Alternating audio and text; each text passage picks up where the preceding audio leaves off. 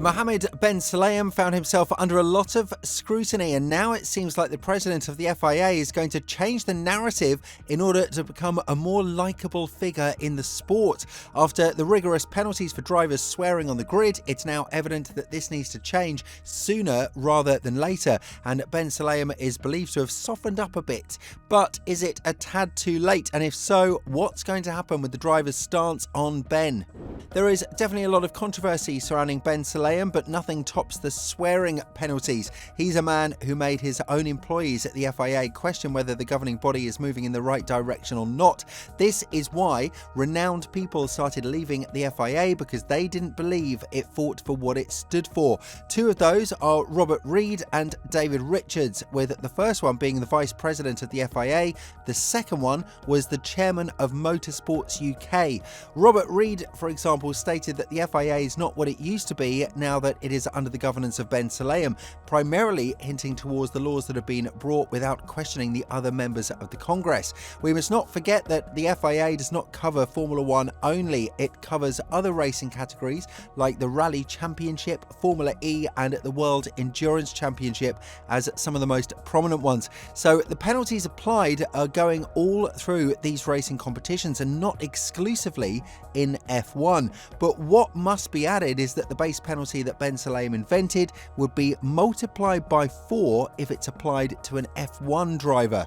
The argument that the drivers have for this is very simple. They are driving at speeds of up to 300 kilometers per hour. The last thing they would care about is if they use the F or the S word.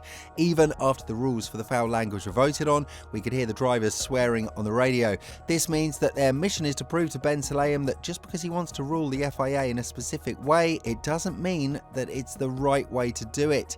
And now that we have Ben Sulayem potentially softening up a bit, we might see a change of narrative after all. The primary talking point right now is focused on the Appendix B of the International Sporting Code, the one that includes sanctions for drivers using inappropriate language. And it might not be a coincidence that this came right after Ben Sulayem was seen confronting Max Verstappen at the Saudi Arabian GP, or more precisely, at the end of it, in what seemed to be a very tense exchange of words. According to Verstappen, this had nothing to do with the potential threat from Ben Sulayem to him to not speak anything wrong about the FIA and the penalty Max received in the first corner of the race. But the words that Max had to say after the race did speak volumes about the magnitude of the situation. When addressing the current stance and personal feeling that he has towards the governing body, and more importantly, why he wouldn't talk at all in the future regarding similar matters, Max went on to say, "The start of the race happened, turn 1 happened,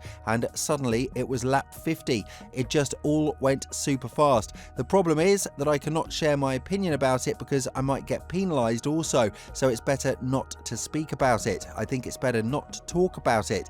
Anything I say or try to say about it might get me in trouble." It's just the world we live in. You can't share your opinion because it's not appreciated apparently, or people can't handle the full truth. Honestly, it's better if I don't say too much. Everyone is super sensitive about everything, and what we have currently we cannot be critical of anyway, so less talking, even better for me.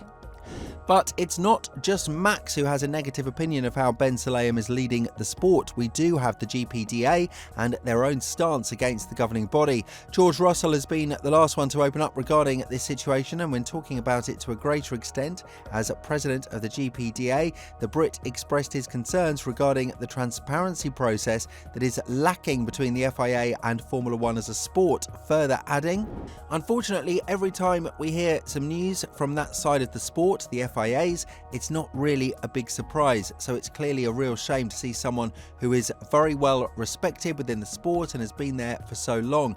As we keep saying, what's next? Yeah, it's a shame to see, and hopefully we will get more stability sooner rather than later."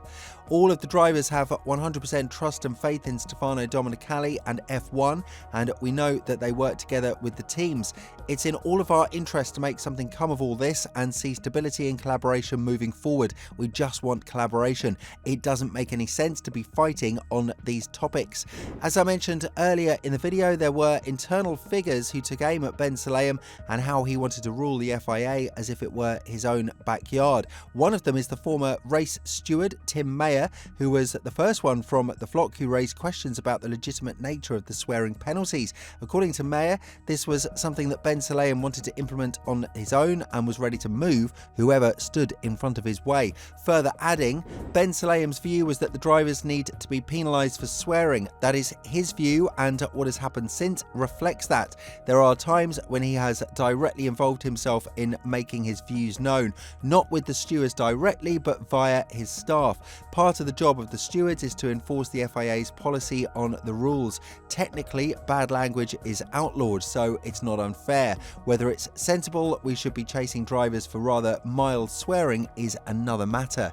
There is a very crucial meeting coming ahead of us at the end of this year where Ben Sulayem will have to prove to the council that he deserves to remain as the president of the FIA. After all of the latest blunders and everything that happened between him and the drivers, who will also have their vote through the GPDA, I highly doubt that there will be a situation in which Ben Sulayem will be able to win the votes of the most important bodies in the world of motorsport racing. And of course, we have tons of other examples that we can show to the fans of the sport when it comes to the governance of Ben Sulayem. He was the one interfering with the offer that Liberty Media, the owners of F1's rights, received from a Saudi Arabian fund, stating that the American company is overestimating themselves and the offer they received is a valid one in terms of the worth of Formula One.